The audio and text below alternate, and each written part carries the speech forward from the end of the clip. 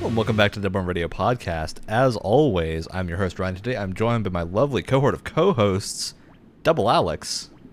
Hello. Hello. And Wyatt. Just the one. Just the one, Just the yeah. one We don't Wyatt. have two Wyatts yet. Yet. Oh God, could you imagine? Jesus Yeah, Christ. too much to handle, I think. This is our The whole game, podcast would go up in flames. our Games Club episode for the month. We, last month, picked 4 games from games that are available to all of us. Right now we're using Game Pass for that, and played through a bunch of them. And by played through them, I mean we played 1 to 2 hours of them, as is the rule for this show. So, we're going to jump right into that. Who wants to go first? Who wants to I'll go unveil first. their pick? I'll go first. Get mine out of the way. Go for it. So I picked Immortals of Aveum really for one reason, and I believe I explained this when I first picked this game. But it came out last year. It came out during one of the greatest years in video game releases that we've had in a very long time, and it completely just got lost in the shuffle. To the fact, to the point where it just sold very, very poorly. And so my question going into it was, is it really a game that kind of understandably got lost in the shuffle just based on its own, level of quality?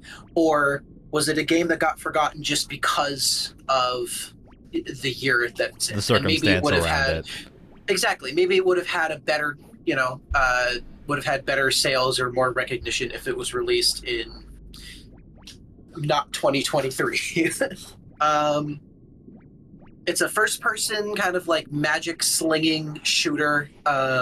It's got the best way to explain the structure of it. It felt very like God of War 2018 to me. Lots of like open areas, stuff that you can come back to with abilities later on, but still had a very like heavy focus on like a narrative path. You can switch between 3 different types of spells. There's some pretty cool, like, I think they're called totems that offer kind of some cool versatility to your They're like kit. alternate things, or like what the role of Yeah. grenade or something would fill. Yeah, there's gear in it as well. Not like a major gear game. It's pretty minimal as far as these things go.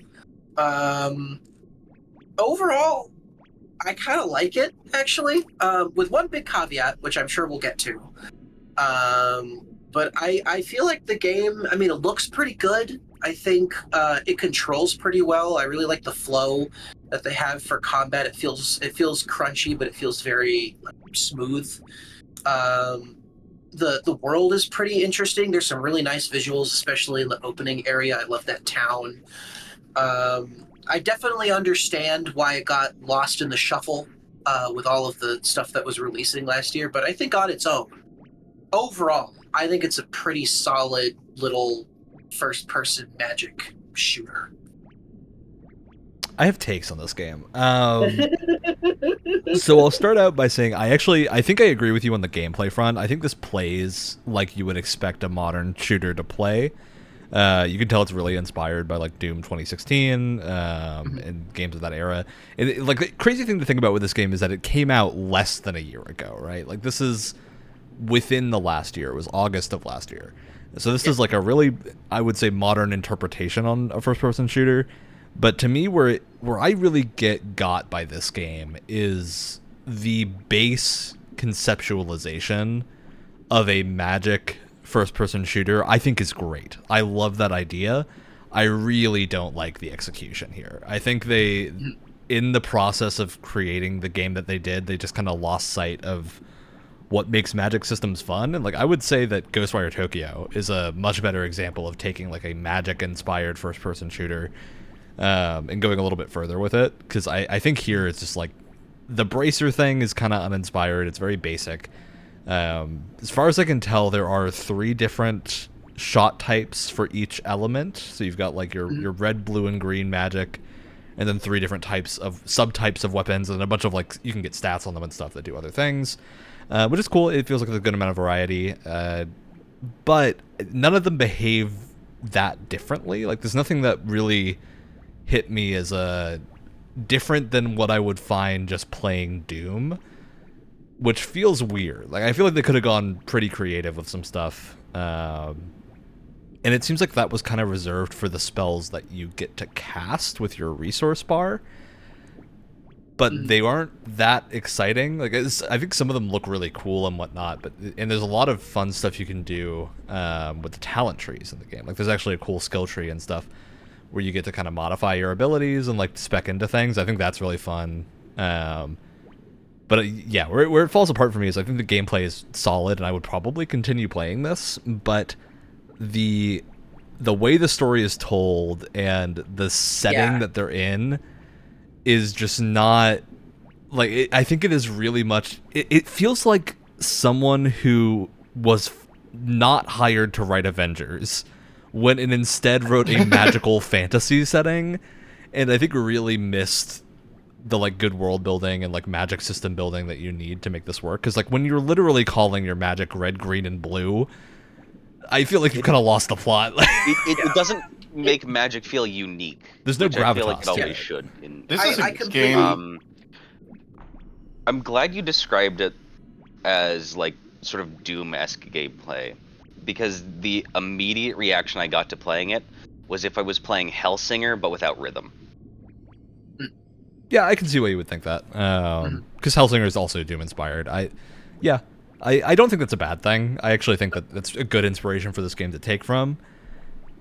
It feels weird. Like it's a kind of game where like nothing at no point was I not enjoying myself except for when I was in a cutscene.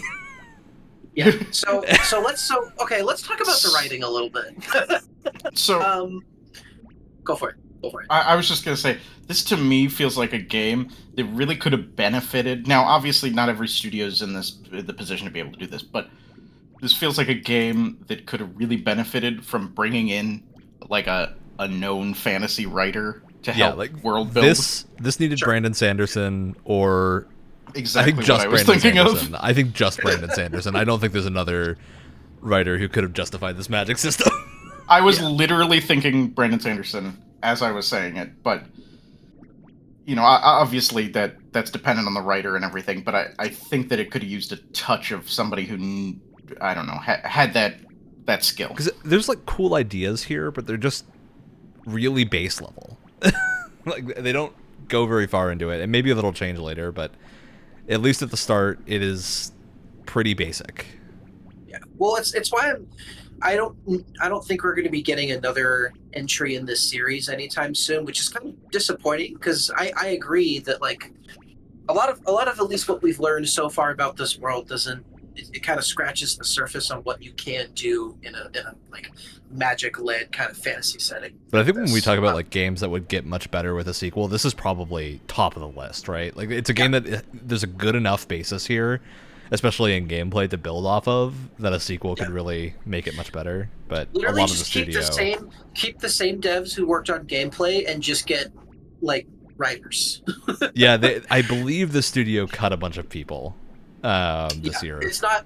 So, I don't think it's happening just because of how poorly this game sold. At least didn't do well. Yeah.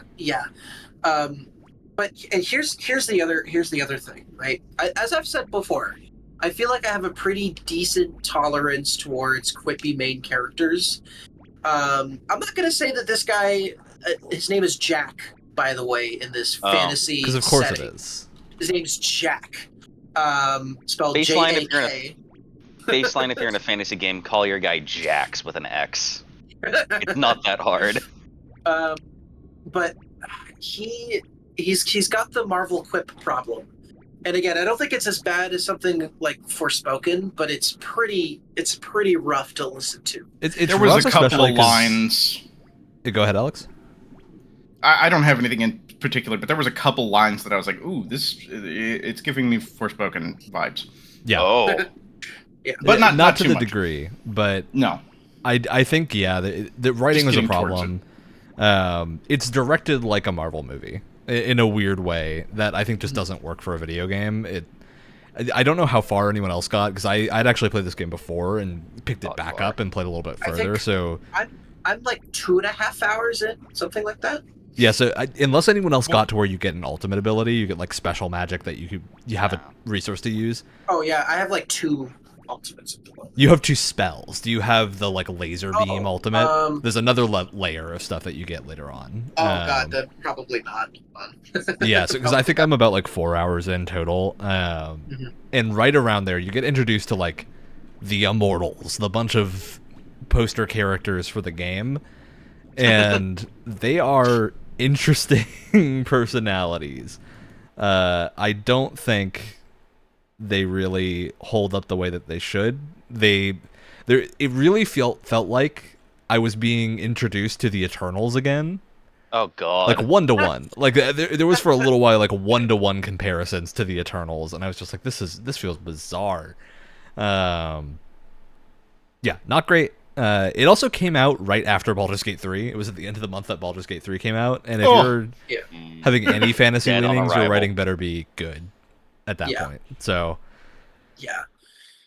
And it's frustrating because there's a lot of moments that you think could turn into a cool conversation, and then this guy just can't stop cracking wise the whole time. Like there's a moment, I think you're definitely past this, right? There's a moment where there's a character who can basically see different realities at the same time, and he can't keep a consistent conversation with you, and he keeps repeating himself because he keeps thinking that he's like talking to you in other like timelines. And it's really funny because it's like he like is repeating himself constantly. He like can't keep focus in a conversation, and it's kind of funny, but the main character just won't shut up, and it's like every line is just like, wow, this conversation's gone off the rails. And then which is really weird because like Jack will say that stuff repeatedly, and then the other characters won't respond. Like nobody ever responds to it, so it's literally he's like quipping to himself. It's constantly in a conversation with someone else, and it's so strange. It can be so immersion breaking, and it can be so like not funny at times that like when he says, "Oh, the train has left the station, we're off the rails," I'm like, "Wait a minute, do trains even exist in your world? Hold on a second. Does this even make sense?" It's written in such a strange way. Another gripe that I have with it, and this is more personal. I think this is not everyone's gonna have a problem with this. Some people probably like it. I think the art style that this game chose is weird. They went for a vibe of like tech magic mix, but most of the stuff in this game gave me big Godfall energy. Like anytime you find a magic structure, it's like gold and white and like pristine. At least for me, when I think like wizards and doing a wizard shooter, it's books and libraries, right? That's the kind of imagery that I would go to before this. And I think just like the gaudy gold and stuff didn't work for me. There's a lot of it. It's much more personal problem than to me. It feels honestly like basic, just like sort of bland, acceptable AAA art, kind of for like what passes for realism than the realistic graphics fad or asset store stuff. It doesn't have a lot of soul to it. I do think there's a lot of cool environments. I like any time that they have a large landscape with these like automatons that are coming like halfway out of the ground, and you even interact with them by like moving their hands around for platforms and stuff. That I thought was kind of cool. I really like the look of the first city that you're in the tutorial, where it's this like shanty town that's built underneath a giant bridge. Yeah, I think that is the single best location in the game. I think is that tutorial town looks really cool. They saved it for first. And then the rest of it, I don't think is bad. I think it's fine. Yeah, maybe I think bland is the word. Of like it doesn't. Did anybody else? It stands out. Did anybody else feel like the facial animations just weren't quite right? Like I felt like the detail on people's faces and stuff looked really good, but for some reason the animation themselves, I don't know, it looked weird on mine. But a little of LA Noire. Okay, which is a weird call, but this may be a time to segue. I only played it for like 45 minutes because my game just wouldn't run right. So part of it may have been that I was getting like lag in the middle of their facial animations. Yeah, we should mention we all play on PC. This did not run well even for me, and I'm on a 3080 Ti. So I'm on a 4070, and there were areas where it was fine, and then other times there were weird stuttering for what felt like no reason, because there were some very areas similar. It was that just were very way more. inconsistent. Yeah, it was very strange. I was trying to figure out like what the pattern is. Like, is it maybe like certain like magic visual effects that really, is CPU or GPU intensive? But I couldn't think of anything. There's just some the areas VFX do look good. Yeah. It does handle the magic effects very well.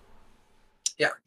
I will say, though I gave up because I didn't want to play a slideshow, the game recovered from being like whenever like it got really laggy, it recovered from being laggy really well. I played some games where it like, I don't know, it doesn't really know what to do once it starts falling behind, and this didn't have that problem. Like I could have played through it, but it was god awful to look at. It was like a sprinter who kept stumbling, but then kept getting back up again to keep running. Yeah, I'm like, how's this still going? Didn't quite fully like just eat dust, but like kept rolling. Yeah, exactly. Yeah. Yeah, I think I still stand by the idea that like if this was released 2 years ago, or heck, if it was even released this year, like early this year or something like that, I feel like it would have had a much better chance, because I don't think it's a bad game at all. It's really fun to play. I will say, oh, go ahead. Sorry, I didn't.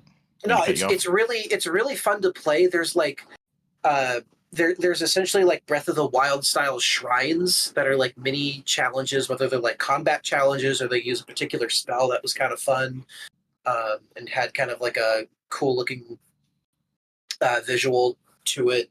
There's like tons of puzzles. One thing I did like is that they have little treasure chests all over the place. Like, these areas are bigger than you would expect. They're fairly explorable for what they are. And there's whole areas that are kind of hidden, but are just dedicated for more loot stuff. And they really tried to hide little breakable chests in as many places as they could, which I appreciated quite a bit. I don't know. Yeah, it's a fun game to play. Did a great job. Yeah, absolutely. I will say, at least for me, it felt like very mishmashy. Yeah, what was you going to say, Alex? Well, this game, it even starts with it. I don't know if they added this in to try to protect their butts. Oops, sorry, I got a loud car going outside. Hope you don't hear that. Anyway, it's trying to be a AAA game, but it is also this dev's first game. And for a first game, I really don't think this is that bad. And I hope that EA doesn't like see this flop and go, all right, close the studio. Because I really think, with another chance, they may be able to hit something pretty good here. Yeah, I think another passive at just the world building and the writing, and I think you could have something really, really solid here. I just think that they really got a good gameplay loop down, and I think they have a structure that mostly works just fine. I don't know to what extent they were kind of whether they were really banking on the story and the writing that they had, or they were like, it's there, I get the impression it's there, might have been in, but also they did put a lot of effort into like the dialogue options. So I don't know. At least in the tutorial, I didn't get that far.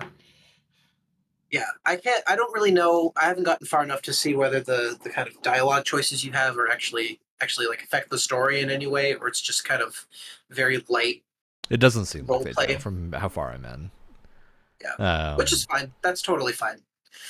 I am curious. So why we talked a little bit about like the launch window being weird, but this did release, I think, in a window in 2023 where there wasn't a ton else. Like Baldur's Gate had come out at the start of the month, and there was a bunch of smaller stuff around the rest of the month. See, I think a lot of it is pricing. Like I feel like a lot of this, because it came out at $70, and I would say this game, like, for $70, I don't think you're getting the level of polish that I would expect, especially in like the narrative department. I think that's where what really stands out to me is similar like thing to Forspoken, where that game's like presentation just didn't feel like it was well thought out enough. Like I don't want to say it didn't feel good enough, because I think it is good, but it's just not. It doesn't seem like a lot of care was put into the production of the presentation to the player, if that makes sense, Sure. like a weird way. I think the biggest mistake was like, oh, it's a small studio, but we're trying to make a AAA game. No, just have something with more of a distinct art style than photo real, something that kind of leans into Yeah. your fantasy setting more, and probably in a way that probably would have saved a lot of headache over trying to, Yeah. you know, uh, uh, trying to map out people's pores in their face. They did a good job. They did a good job with making it as photoreal as possible, but I wonder if that just wasn't the right way to go, considering that this is like a smaller studio. It's their first release, and I get that this is published by EA. It's part of their EA Originals program, but I think that was just the biggest issue, and I feel like. I mean, I don't know. I don't work there. I don't know the behind the scenes. There's no Jason Schreier article talking about it, but I feel like this game's so small it even didn't get a Jason Schreier. Well, it also wasn't a big enough disaster for that at the same time. True. But I wonder if maybe they were going in like a smaller scale direction, and then EA was like, pump up the production value here. I don't know. Yeah. I don't know. It kind of feels like that in the end product. It's like kind of weirdly middling overall, I would say. Yeah. I want to say it's like if based on my 2.5, maybe almost 3 hours with it, right? If I had to give it like a score, I feel like 5 is a little too low for me. It would be like a 6. Maybe like a light 7 if I'm feeling generous. I don't know. Yeah, it's really not that bad. It's really not that bad. It is on Game Pass. If you do have Game Pass, I think it's worth checking out because you might really get into the gameplay. And I think there's probably going to be heavy discounts in this game's future. So I think if you get it on a there discount, already have been. Yeah, I think I picked it up for like $15 on Steam ages ago to try it. $15 is I think 15 based on what I played. Yeah, not bad. Like I think you nice can get this for deal. less than $40. It's a good time for that. Yeah. It just $70 hurts a little bit. Yeah. Definitely worth giving a try on Game Pass though, and I think there's plenty of people who would like this game. Yeah. As far as I know, it's the only like first-person magic shooter. No, there's Ghostwire Tokyo, I think counts. Oh, right. You said there's Lichdom Battle Mage, which came out like 2014 or something. Yeah, it is definitely a lot that. more. It's an indie game, a lot more focused on like the idea of the magic things. Which has been in my backlog for such a long time, and I haven't played it yet. I remember it being fun. Lichdom Battle Mage. But I mean, to your point though, it isn't like a first-person magic, like action game. It's waters that have not been tread as much as other avenues have. And I think in terms of making it feel like a decent shooter that has a very light veneer of like fantasy magic kind of slapped on top of it, it's definitely a fun time in the gameplay department. Just don't go looking for too much else. I think you just nailed it. Why with the light veneer of fantasy magic being the thing of like that's where I think you can't really look too deep into it. Something that did make me laugh was they have these crystals where you're allowed to communicate with like other immortals. But I'm like, oh, so you're just using like a radio or something. Like in every other first-person shooter, there's like an earpiece or something like that. Here, it's just like a rock. It's like using fantasy elements to try and like justify having modern feeling technology. Yeah. Like they even have ships that like carry soldiers and stuff like that. I don't know. I think you could lean into that and make that interesting, but I think they didn't go. Yeah, I think if you want to see leading into that, making it just look at Final Fantasy. Like Final Fantasy, many of them do have that mix of magic and fantasy that work really well, but this one I think is missing the mark a little bit. I think my only like actual gameplay gripe, I think most of the gameplay, like I had a good time playing this game, and I think that's sort of like the end note for a lot of this is it's fun. It just, if you care about the story even a little bit, that part's going to be a little grating. But the gameplay's fun. My only like actual gameplay gripe is the movement. I think felt pretty stiff at times, but that's like pretty minor. I kind of wish there was more movement options. Like I think Forspoken, the one thing Forspoken really did well was movement. Mm-hmm. With magic systems, I would love to have seen a little bit more. Like here's a crazy thing to get around, or even like a magic grappling hook that actually works. Because you have a magic grappling hook, you just don't use it on terrain. You only use it on enemies. And then the gear system that's in the game, it's there. I wouldn't say it detracts from it at all, but it doesn't add much to it. It's just there. Which, yeah, I think that's fine. It not detracting is a good thing. Yeah. And the skill tree, very cool. It's not like just Yes. flat bonuses. There's lots of fun stuff in there. There's a lot of really cool like ones for the shield where it's like, oh, if your shield breaks, it like has a chance to damage enemies or launch them backwards to give you a little bit of breathing room. Yeah, and I like went in for the blast wave ability. I got like mine to do a damage over time, and then upgraded it to do like a bigger radius and stuff. It all felt very impactful, which is super cool. We like to see that in trees. I think if they want to pare back their scope next time, make like an action game that has a smaller, like a smaller scope to it. I think they could really like nail something pretty solid overall. I think they just overreached for their first project. Yeah, I think is really what it comes down to. All right, Wyatt. Anyone else have final thoughts before we move on? Okay, Wyatt, what's your pick for next month? Well, this isn't going to shock anyone in this cast. My next game is Dungeons of Hinterberg. It just came out. I have not had the time to sit down and play it yet. But this has been one of my most anticipated games of the year. Excellent. It looks very excellent. I played the demo during Next Fest and I loved it and I wanted more. I wanted more so bad. I've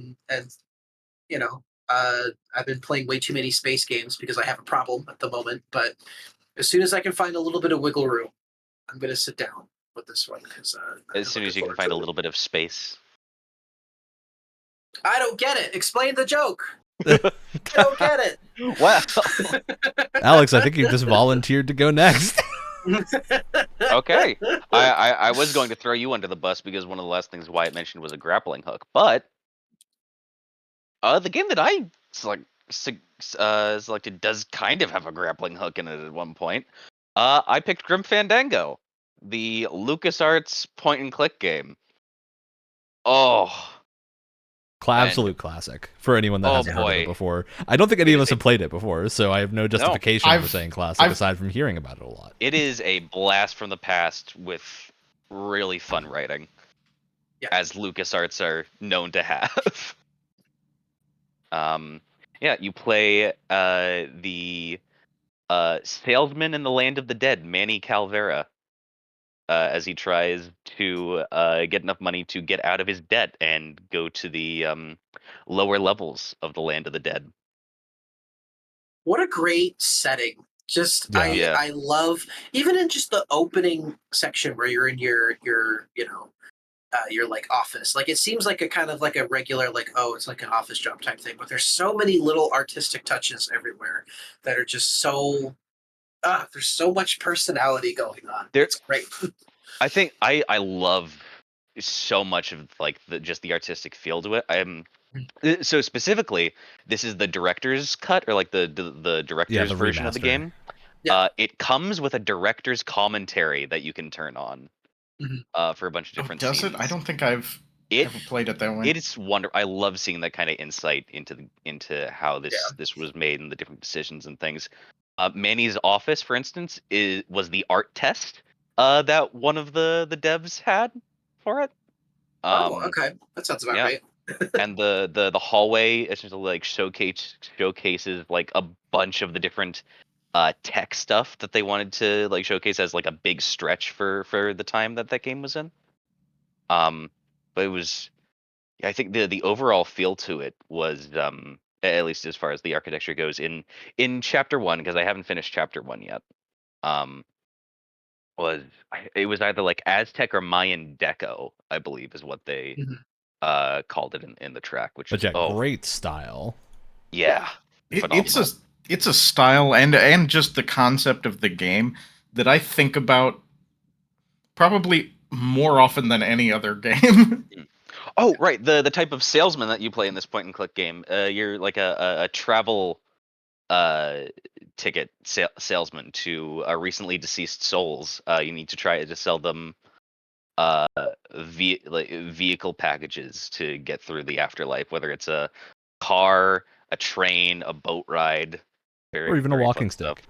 Yeah, that is too good for some people.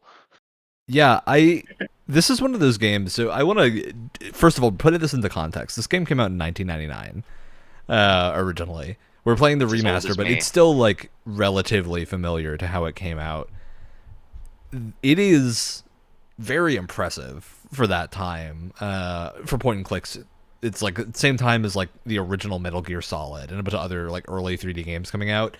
Grim Fandango has a fantastic sense of style. Like they use the fact that they couldn't have many angles and like the polygons were limited to come up with an actual style, and that works really well. Yeah. The first like pre-rendered cutscene in the game is fantastic, and I think really sells you on the idea of what's going on. Like you see Manny taking off his like Grim Reaper mask after he manages to sell someone a walking stick, and then he like takes his little stilts off, folds them folds up. up his scythe, which is great. Oh It's just really funny. The humor here lands. The writing's really good. Yeah. Oh, fun diegetic UI too, because when you get and put away items, Manny will open up his suit and put them away, and that's how you also like look through items as well. Yeah. And I think this is also, despite it being only a year younger than I am, I think what's one of the best things about it is that I feel like people who really want to get into this point and click genre, this is a great starting point, because a lot of the puzzles are not like weird esoteric nightmares. They're very they're funny, very, but they make sense, right? It's not Discworld logic. You don't have to put an octopus in a toilet. Yeah, I would also say that the areas that you can wander through at a given time are fairly small, so that even when you're kind of lost, like, what am I supposed to do? You don't have to go here? through too much trial and error. Exactly. If you just wander around, you may be able to find something, and at worst, this game's been out since 1999, you can Google it. Yeah, but I think the big benefit here is, like, we've played a few point and clicks on this show. Typically, this isn't even the first Double Fine point and click that we've played. If you remember, we played Broken Age a little while ago. Yeah, we played Broken Age. That's right. This is, Oh. Yeah. Yeah, this is Double Fine. I don't know why. Yeah. Yep. It's from that era. Great game. Yeah, Broken Age was cool. I think this honestly felt less confusing to me than Broken Age, despite it being... Oh, you only have to worry about one story this time. Yeah. I don't know. Who knows? We didn't get that far in. Yeah, I think I'm going to continue playing this because I am definitely having a good time with it. And I think the thing that really impressed me is like not knowing much about this game aside from its reputation being like one of the better point and clicks from pre-2000s.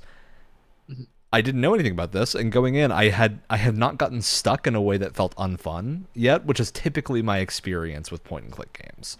Is like oftentimes they'll have like leaps in logic, especially pre-2000s point and clicks. They'll have like these crazy leaps in logic that you have to really jump through some hoops to understand. Grim Fandango's got some that are like weird, like, oh, there's a weird rope behind the building. I wonder if I go up there, and then you are like, oh, I can sneak into the other person's office and then replace his voicemail to do a thing that I want to do. And like that made a lot of sense, even though it was really weird and funny the way that you get back there. Sometimes there are some weird angles for some of the points of view that you have, but most of the time you have to walk into the camera a lot. That's my only like, because they're all pre-rendered backgrounds, and sometimes your like interaction door will be where the camera is, so you have to like look on the ground for a lit up spot, and that's where you can click. I was just gonna say, usually there is a hint, but yeah, it was never that big of an issue, but I definitely... Like, when I went behind the desk in the office, for a second I was just like, wait a minute, how do I not be stuck here? Yeah. Yeah. I think the characters here are great. Even just, like, talking to the receptionist at the start is really fun, because there's a lot of lines and a lot of things, and it's all voice acted, and it's voice acted really well. That's what I was going to say. There's a lot of character, too, for future bits in the game as well. Yes. The voice actors, you know it's a good performance when you can almost hear them like acting out the scene as they're recording. Yeah. Yes. Right. It's like when you can hear a voice actor smile as they're saying a line when the character's supposed to smile. It's like if you can kind of hear that and that kind of the physical performance that they're doing, if that comes through their like vocal performance, like that's how you know you've got like a good performance. And I felt that with every single person here. Like I forget her name off the top of my head. The receptionist I think was it's Ava. Yeah. Ava, yes, she's fantastic. I literally felt like that voice actress was sitting down, like clacking away at a computer while she was doing her lines. It just felt so authentic. It was She just did fantastic. a really good job of like something I really appreciate about this, and because this is a thing that games often don't do great at, which is the like level of interest per line being right.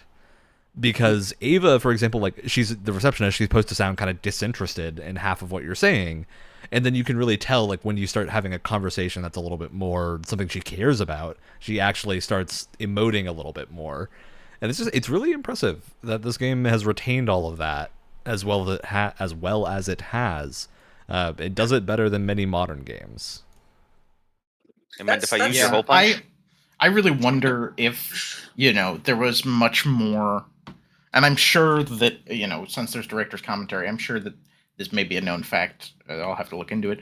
But I wonder if there was more, like, interactivity between the director or the voice actor director and the voice actors in this game to get, like, that perfect take that ends up in the game, or whether they just did a great job casting things. Yeah, I really wonder. There's a lot of modern games that have, a $1 billion budget, and then you get to some voice line and you go, oh, what? Like huge made it voice in? direction problems. Like like Oblivion. Oh wait, let me do that again. Well, and I think part of that too is just that with the type of game that like a narrative point and click is, it has such an emphasis on these characters and this dialogue. It's the same reason that It gets to be more cinematic than a lot of other games. yeah, well, and it's the same reason that Telltale game voice actors always do a phenomenal job, because it gets so much more of a focus than if you were playing an action RPG or something like that. Yeah. That you really have to nail it, because it takes up more of your time than other genres do. Yeah, I think it also stands out here because Manny Calavera has a great self-narration voice. Yeah. He really, when he narrates his own actions, which is a pretty common thing for point and clicks, I think it's much more entertaining than a lot of the others because he's so like down on his luck and self-deprecating while also being very sarcastic that it just comes off as very funny. One that I absolutely love is because he has dialogue when like you want to use an item on something, but there's no interaction there. So he's like, I don't think I can do anything with that. I love picking up the bread at the carnival, and it's just like, I don't want to waste this beautiful artisanal bread. Yeah. The crumbs everywhere. Oh my yet. god, it's so funny. It's so funny. I really I've like played the deflated balloon where he's like, I don't have the lungs for that. Yeah. I have more of those dead played worms. through like the first half of this game a number of times and still never finished it. And I don't know if I've ever found a use for the bread. I can't remember. Like, I'm just curious when I'll find a use for the Robert Frost balloon. I really hope that comes into play. So but Is that going to be trying it on everything?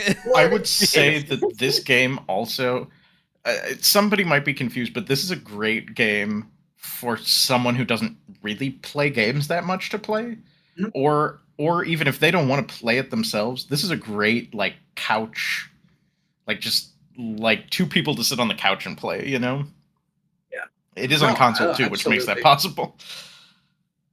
Yeah, well, and I think point and click games are such a good avenue for Double Fine because they just like, and this is a great example of it.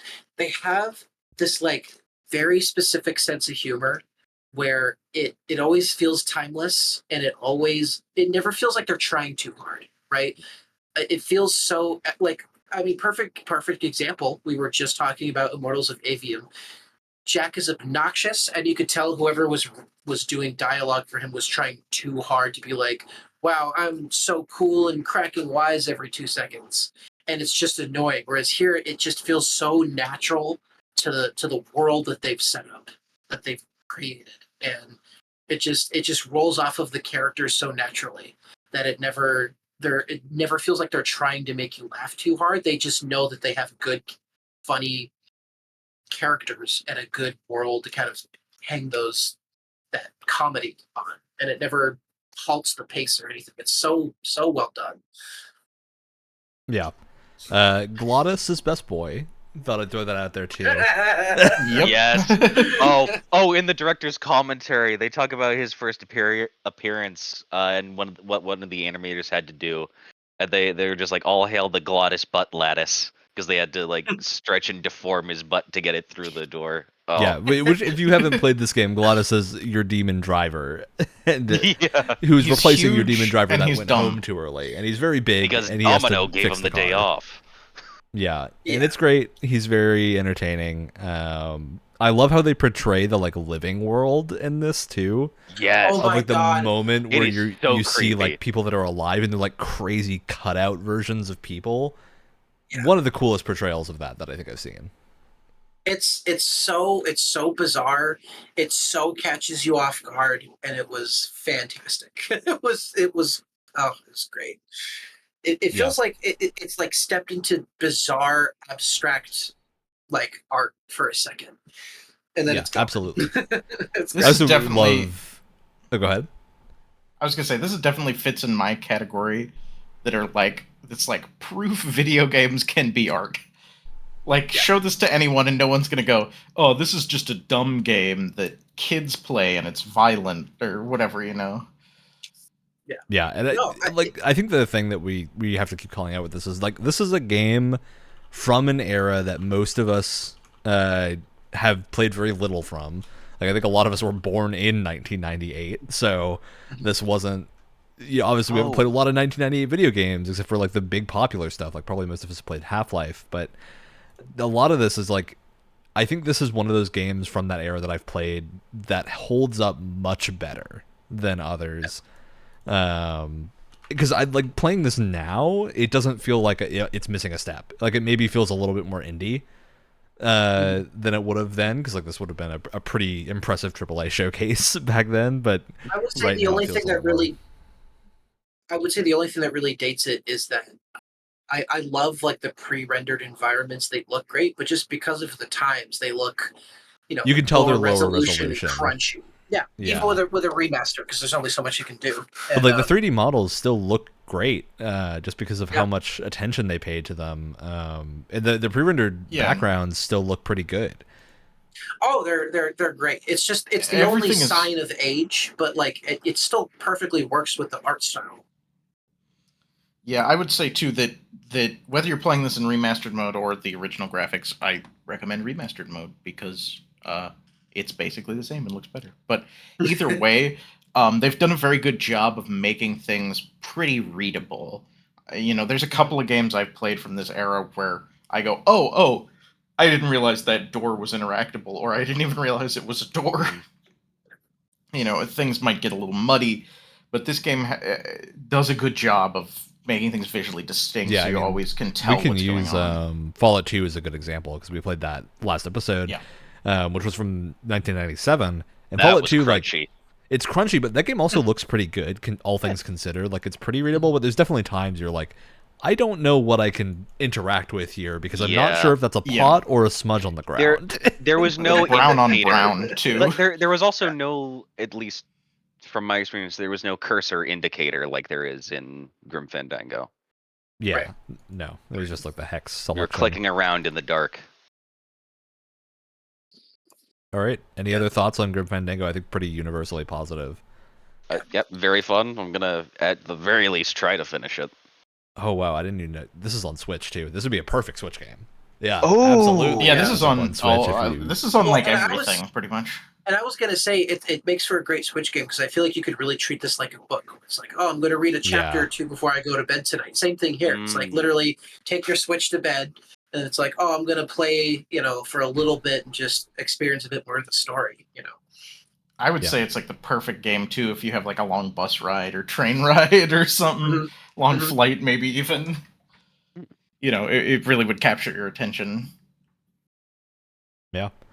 All right.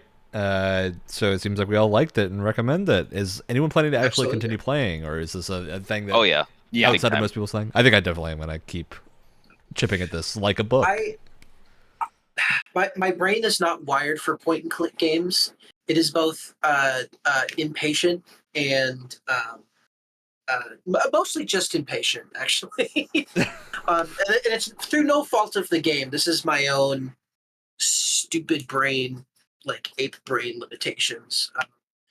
I want to try and play through more of it because I really did enjoy what was there, but like, I find it really difficult. It's the same with um, you know, reading sometimes, where it's like I find it really hard to just kind of focus my brain if it's not. It's okay to not be a book person. Although I do appreciate if you double click something in this game, manual run, and it makes it much faster.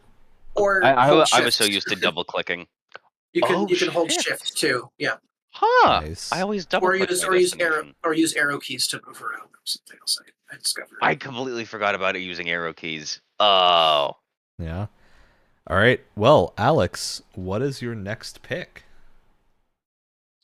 A game that I believe I keep forgetting scared. which one of us has this, Wyatt, currently. Flintlock Siege of Dawn. Oh yeah, that's me. Ah. Oh, I'm glad you're picking that. I was thinking about it. I was so excited for this game last year when it was and then completely forgot about it. I'm just like, oh, Wyatt got it. Damn. At the very least, it is no longer negative points on Fantasy Critic anymore. Oh boy. I feel like I really hope this doesn't get relocated, but like each time I think about it, like minutes after, I keep forgetting about. I'm kind of curious about this in the way that you were curious about Immortals of Aveum. I don't want this game to be bad, but I need to find out because it looked so promising with the first reveal trailer and stuff like that. I mostly enjoyed the demo, so All right. there's that. Well, Flintlock Siege of I Dawn. can hop in next, and I picked Another Crab's Treasure, a indie Souls-like that has gotten some hype lately. I'm very curious what everyone thought of it. It basically functions exactly like you would expect an indie Souls-like to function. You've got your light attacks on R1. You've got your shell that you pop on and off, just like Dark Souls. And then that's your shield. So the big kind of claim to fame here is the whole shell system, which is basically you're playing a hermit crab. That shell gets taken by a loan shark, which is literally one of those shark toys that you pull a trigger and it claps its mouth. It's very funny. To see later in this game if there's something on the other end of that loan shark. I'm so curious. Also, just like with Grim Fandango, impeccable sense of humor. Yeah, great sense of humor. Very punny in a good way, I would say. You can tell that I love this game for its rating.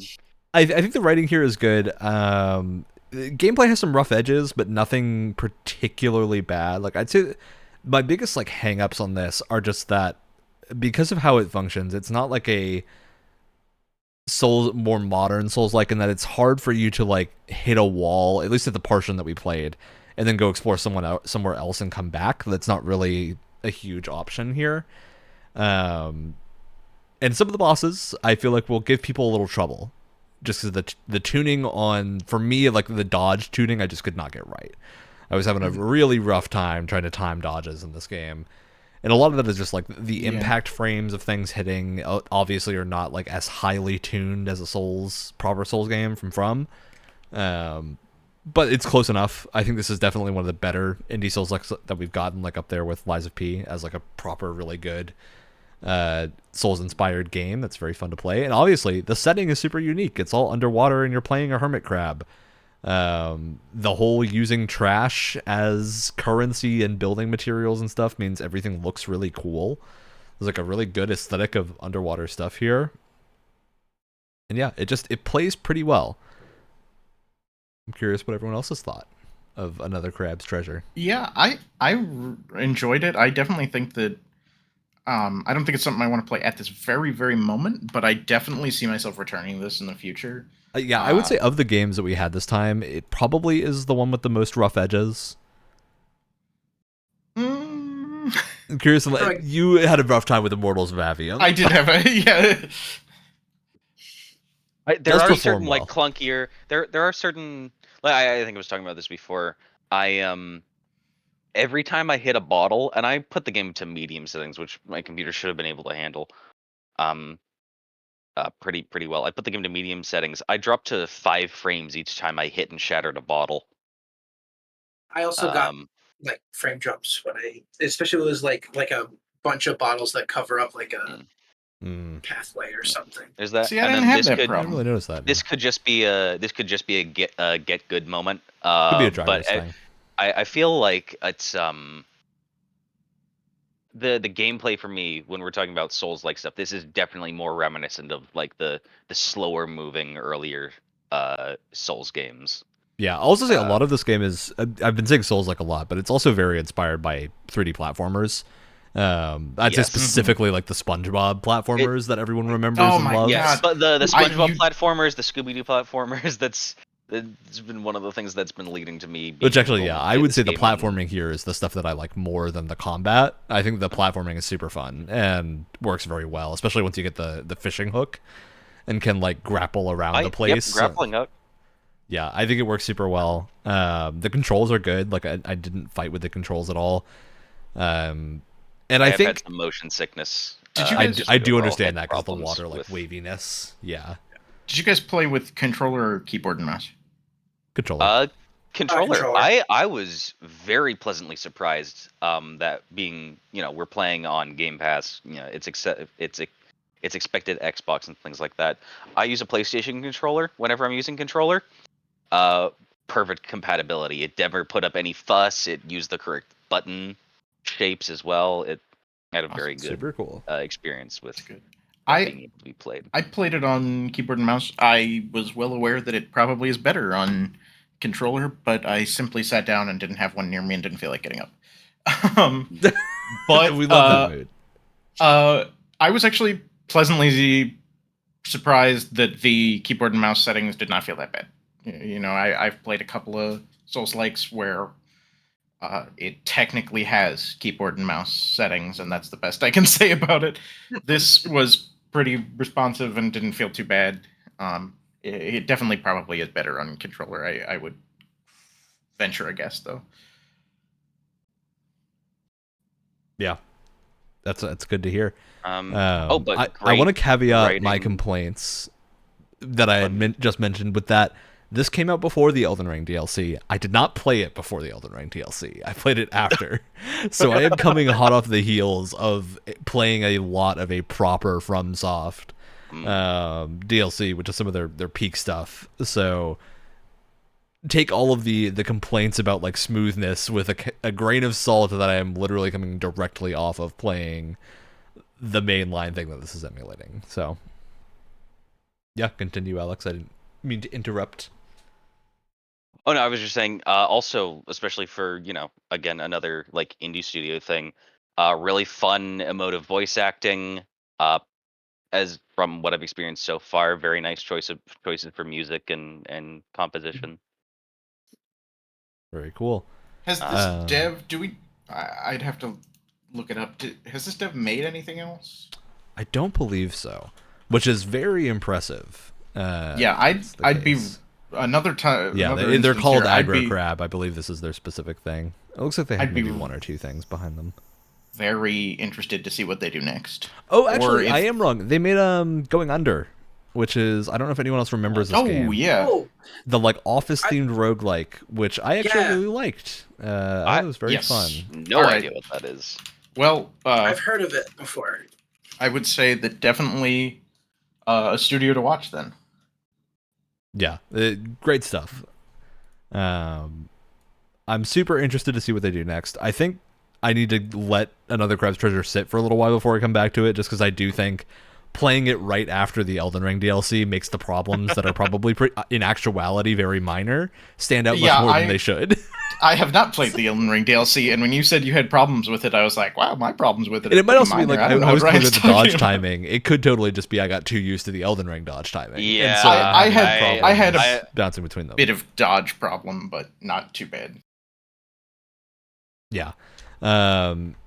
At least at the point I was at, I hadn't found any new like main weapons that had different attack patterns. I'm not sure if there are. But I do like the way they do like a stowaway, which is basically your Dark Souls your like talisman charms, where you get some like passive bonuses by equipping stowaways onto you, which is very funny. You can have like a starfish riding on you that gives you some health and stuff like that. And I don't know if anyone else, how far did people get? Did anyone make it past the second boss?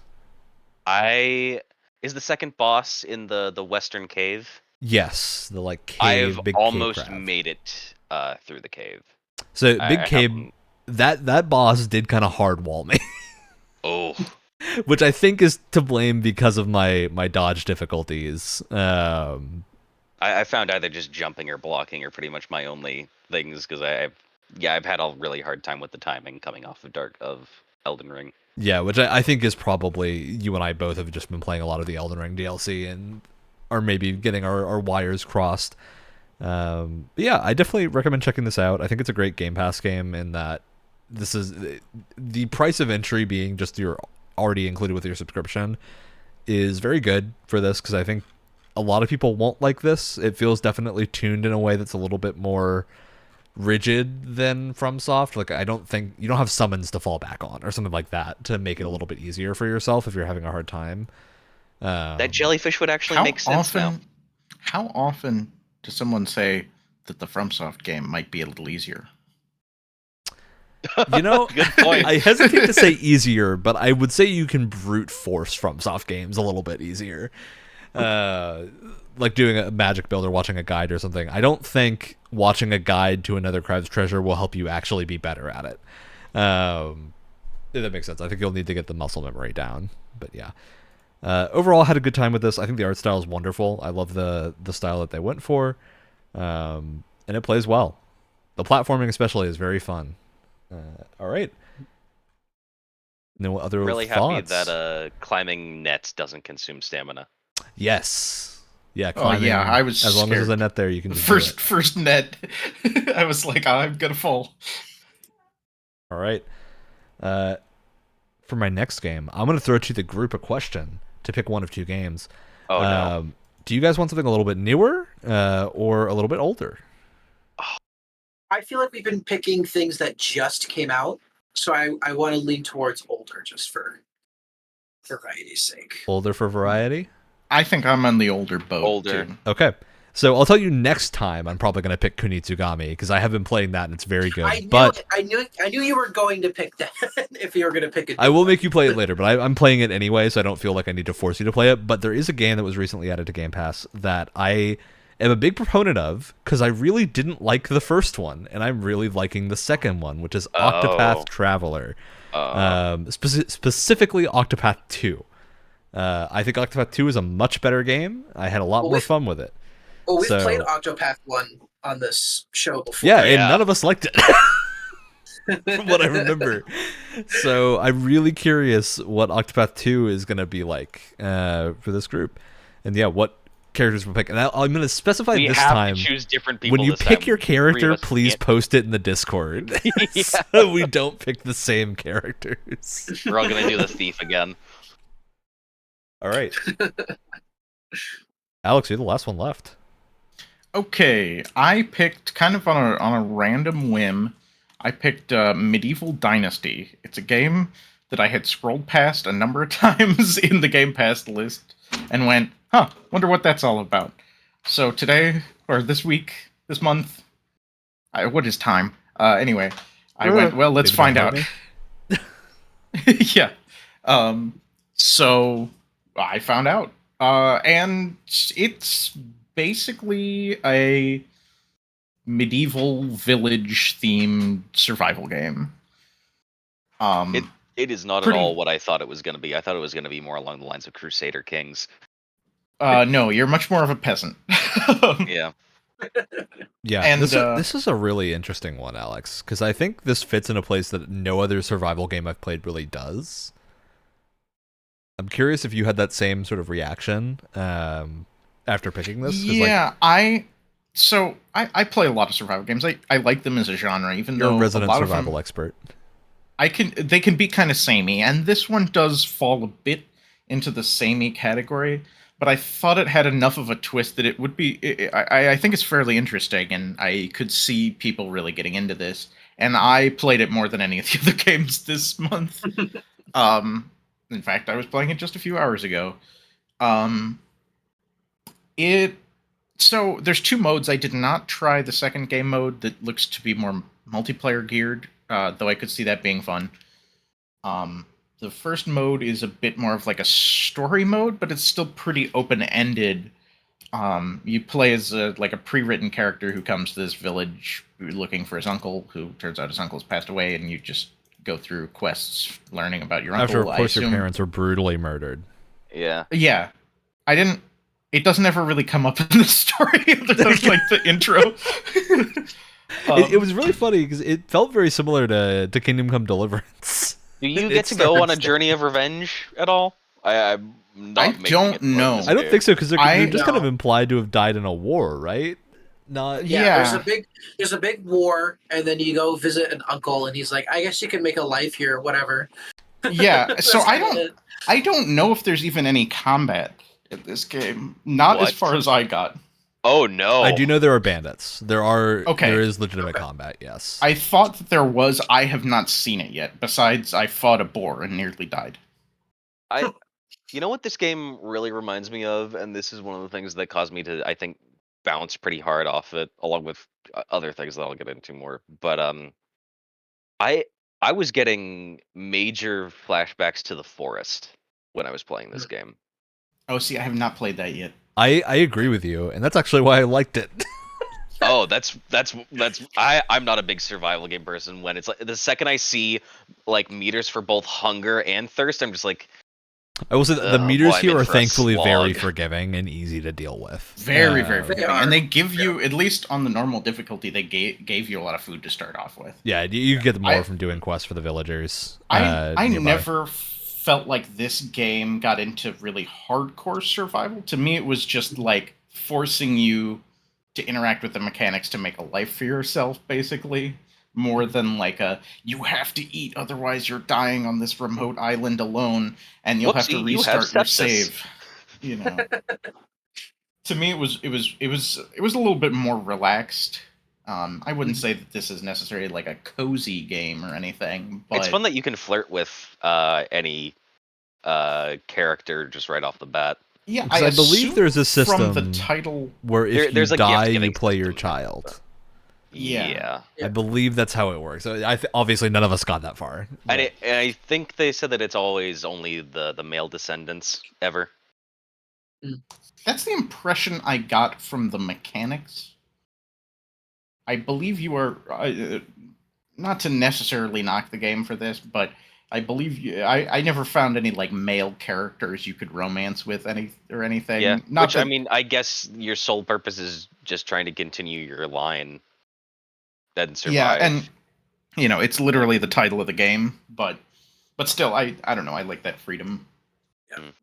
I think for me, a survival game really needs to have a hook, like a really strong, not just gimmick, but a hook, like a genuine something that really kind of affects gameplay a lot for me to really get into it. Like, I'm playing No Man's Sky right now, which I guess technically is a survival game, but I feel like the survival mechanics are kind of laxed in comparison. There's a lot of cool space travel. The aesthetic is really cool.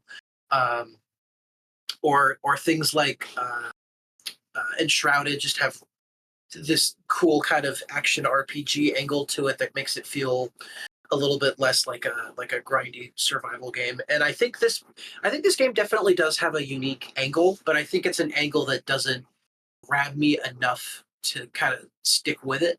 But I could definitely see how a lot of people would get into it. I as someone who gets tired of a lot of the same the similar feeling survival game grind, I kind of liked how the house that you made was just a pre-made thing, and you just had to fill in the components for each wall and stuff, instead of make your own house, which is inevitably just going to be a cube with a bunch of stuff thrown in there.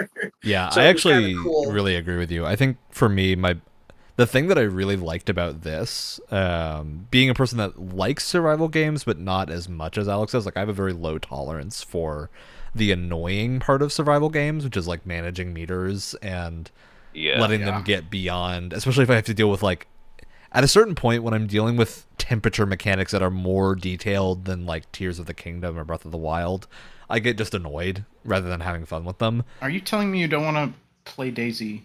No, I'm telling you, when I land on a storm planet in No Man's Sky that has radiation and a super high temperature and my suit's yelling at me every 2 seconds, I don't have a great time with that until I have the stuff to deal with it. But I think playing through Medieval Dynasty, I really like the level of detail of everything being a little bit abstracted, in that you when you place a single house, right? And then you have the option, you can hit like a customize button to change the materials, which I don't think got to the point of having more advanced materials beyond what exists, because you have to eventually build actual buildings, like village buildings.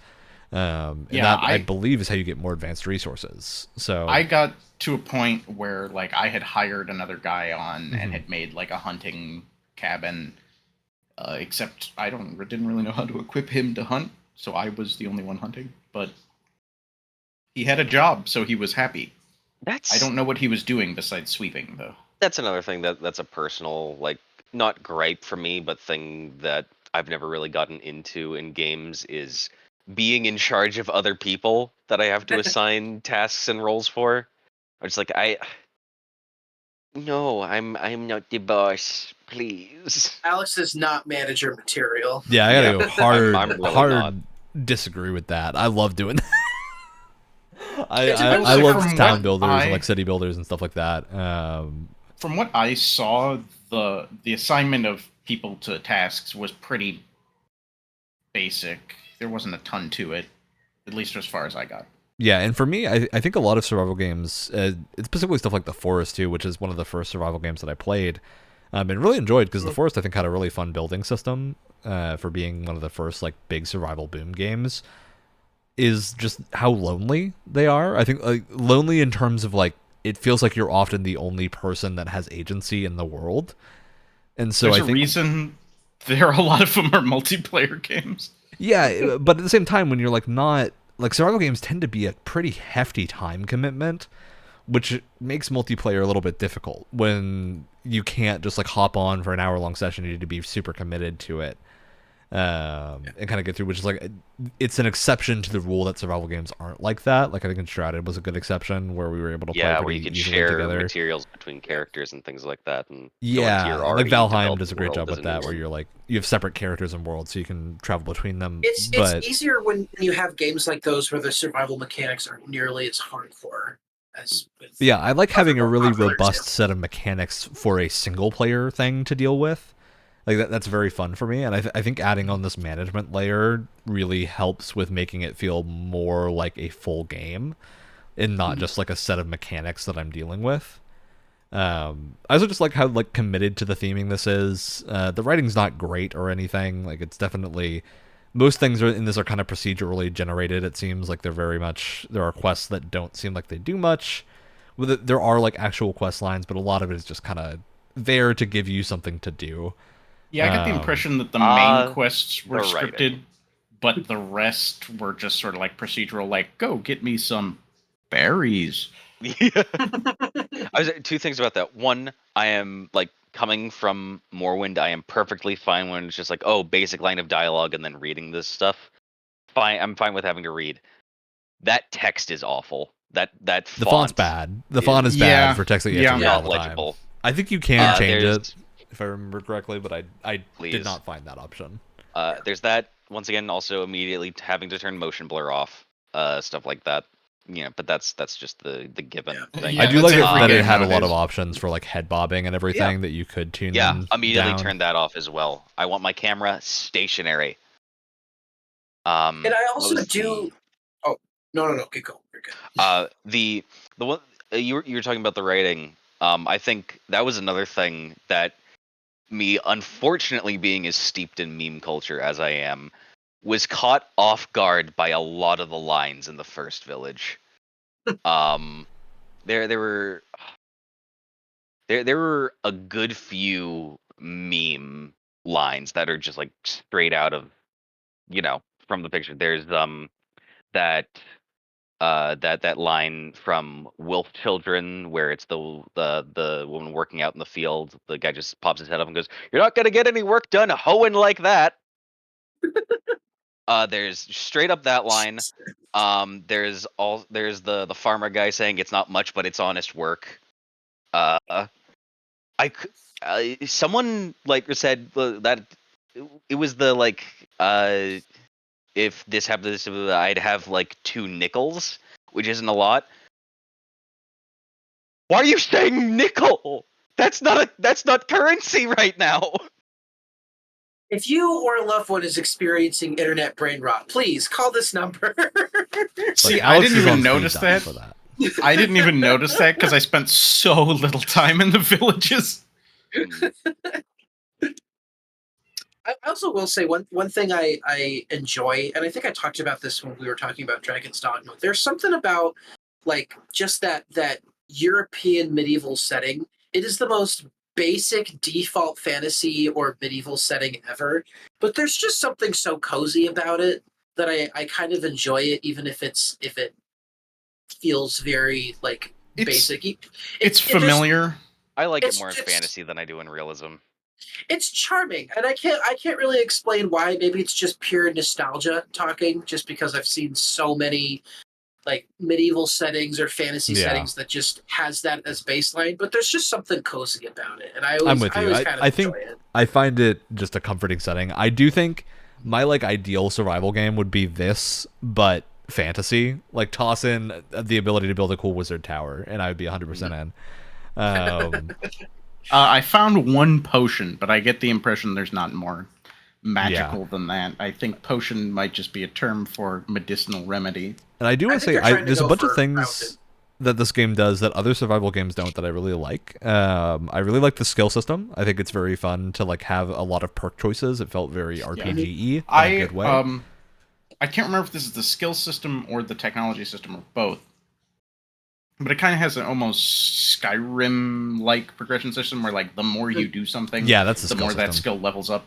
The technology system seems to be there's a way to like research new technology. I didn't get far enough that I was actively doing that. I was still learning things through I did. tutorials. It's pretty similar to the skill system where like the more you build of a certain tree, the more that levels up, and then you can spend your money on finding like schematics. It's like, if I build a bunch of houses, this will eventually unlock some more like exactly, and then you can related stuff. Exactly, you can go in there and be like, oh, well, let me buy a schematic for like a bigger, better house or a crafting bench of some kind or something. I do think again, if I was more in the mood for, or if I had more of a tolerance, I guess, of like survival crafting type stuff, I think the RPG town management angle that this has is actually pretty unique and pretty interesting, and it all seems really well kind of integrated from what I played. And I think people who are into that are really gonna, I think, attach themselves to that because it's pretty unique for what it is. Yeah, there's not many survival games offering that. Something. Go ahead, Ryan. I also want to shout out the UI for this because I feel like a lot of survival games struggle with having a good UI that is also like thematic and interesting. I think this had a really well themed UI, and it also had a very readable UI aside from the font choice being a little wacky. I also really like the way that they do menus and like your build menus and stuff being radial menus and very easy to use. Like at no point was I ever having an issue with any of these menus. Yeah, and I think especially compared because like I'm coming off of playing a lot of No Man's Sky recently, and No Man's Sky's got some clunky menus. Russian nesting doll is Russian nesting doll menus. For an indie survival crafting game, I'm actually surprised at how well done and easy flowing these menus are. I've played a number of games in similar genres where it's just like like you said, a nesting of menus that it just doesn't make a lot of sense with the flow. And this was pretty easy to use. Yeah, I've got like a few very minor gripes. Like, I think sometimes it'll tell you to acquire a thing for a quest step, but not actually explain to you what you need to do to get that thing. Yeah, Are you gonna call it straw too? Yep. Yes, I Yeah. am. Yeah, that one I googled. That I one will was super say that- confusing. yeah. It's very easy, but it's very confusing. If anyone else gets stuck at that step, just go along the riverbank and get reeds. They count as straw. Yeah. Huh. For a lot of the like building and crafting mechanics, there is like a knowledge menu that I think I only looked at it twice, but it was pretty helpful. Yeah, I think it stood out to me because of the knowledge menu being there, like it being very good. It was specifically when they would like tell you to get a specific item, and the knowledge menu wouldn't have the entry yet because you hadn't collected one of them yet, so you didn't know where to find them. Which I think was like specifically straw and like rocks at the start. I was looking for. Yeah, and I I- just didn't know where to look. I was like trying to. I only had a real issue with straw because like the rest are fairly self-explanatory. Like I had a side quest that made me go get berries, and I had already found some berries, but you know, it's just wander through the woods until you find some bushes with berries. Like, Yeah, but otherwise, Yeah. I had a really good time with this. I probably will keep playing it in some off time, just because I think it's very. I do actually think this is a good cozy game, and like a good relaxing yeah, survival I'm game. probably gonna see if my partner wants to try playing a multiplayer just to see what that's like, and if it would be fun to, I don't know, make a little settlement. Yeah. Oh, my one complaint. I feel like the weight limit is too low. I do agree with Oh. that. I think know you that can there make is a bags way to deal with it, but they feel like you you're a little can, too far in. You can, but I'm at a point where like I'm building multiple buildings at the same time, and I need wood, and logs are very heavy.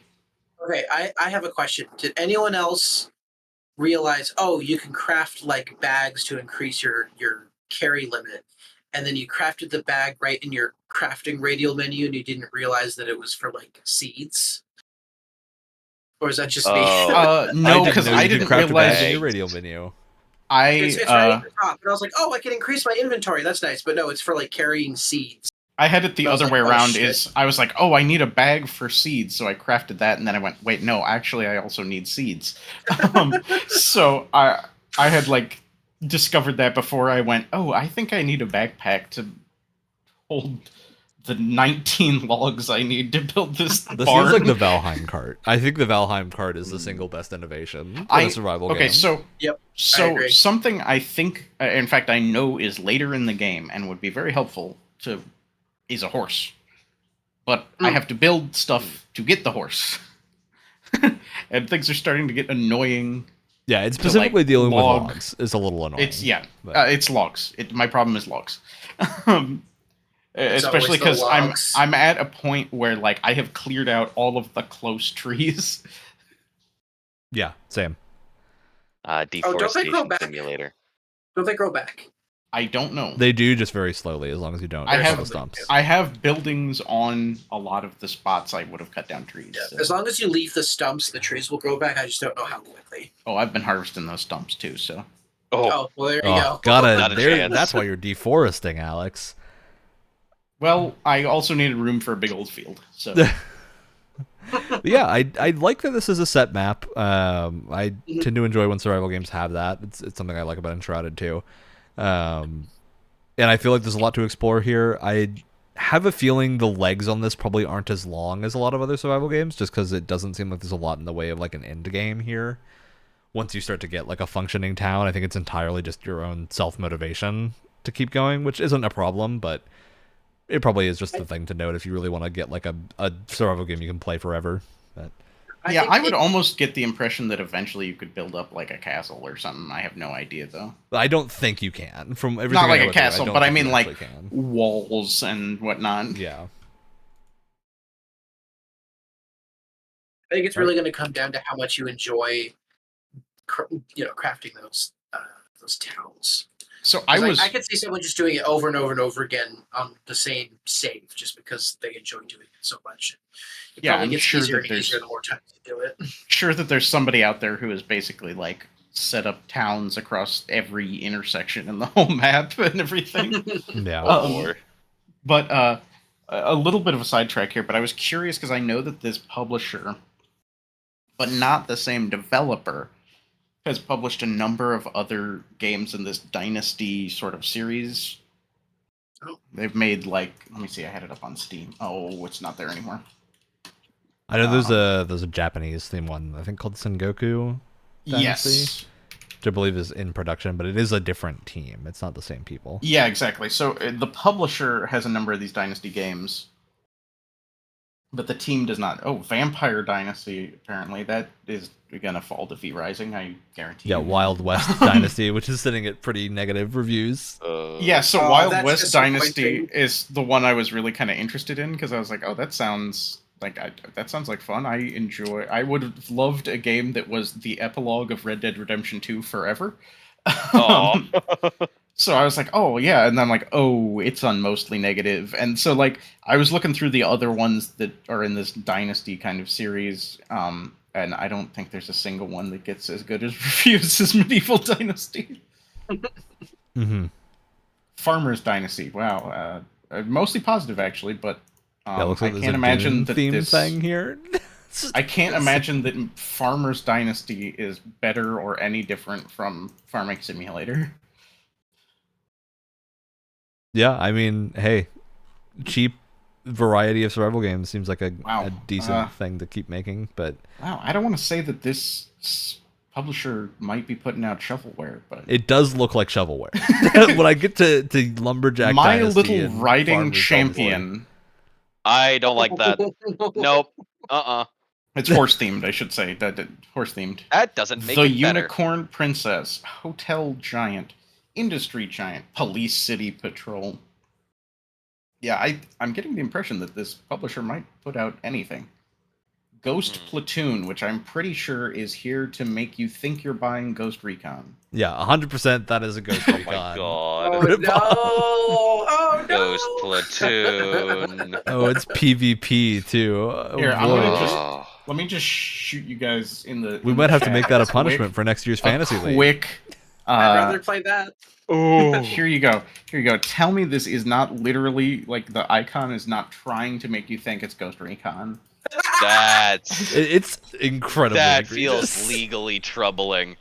That's so It funny. only That has looks like 17 reviews, and 29% of those 17 reviews are positive. That looks Oh. like Might looks like equate one of to- those. That's two Oh people. my god.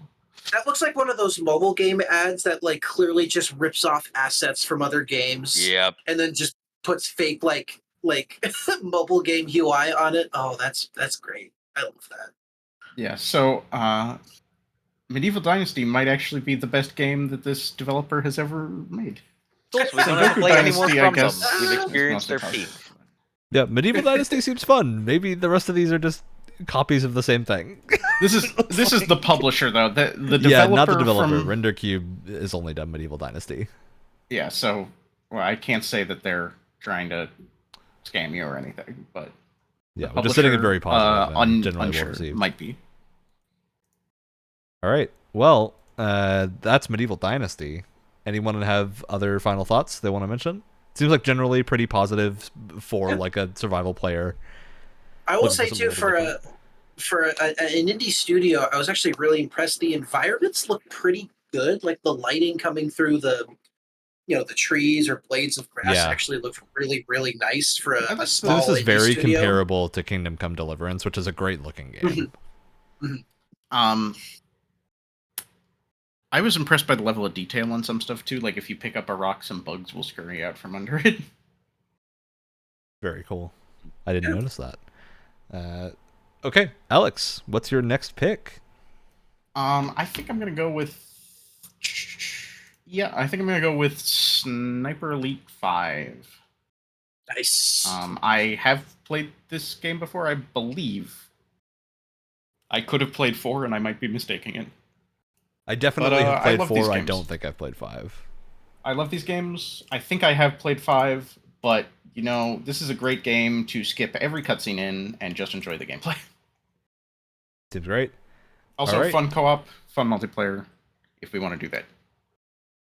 It's like a good time. I'd like to be a spotter. Okay, well, on that note, that's the end of the podcast, so it's time to do shoutouts. I got one ready to go. So as we were looking up that Wild West survival game, I came across another game that caught my attention called Wild West and Wizards. It has pretty good, mostly positive reviews on Steam. and it's an open world RPG where you play as a gunslinging wizard. So it's like a fantasy western setting, which sounds kind of sick. This is going on the wish list. And then it looks like they're also currently in development making a first-person open-world pirate RPG. So maybe these guys are making the games of my dreams. I don't know. That might be fun to explore in the future. Incredible. Mostly positive. Yep. All right.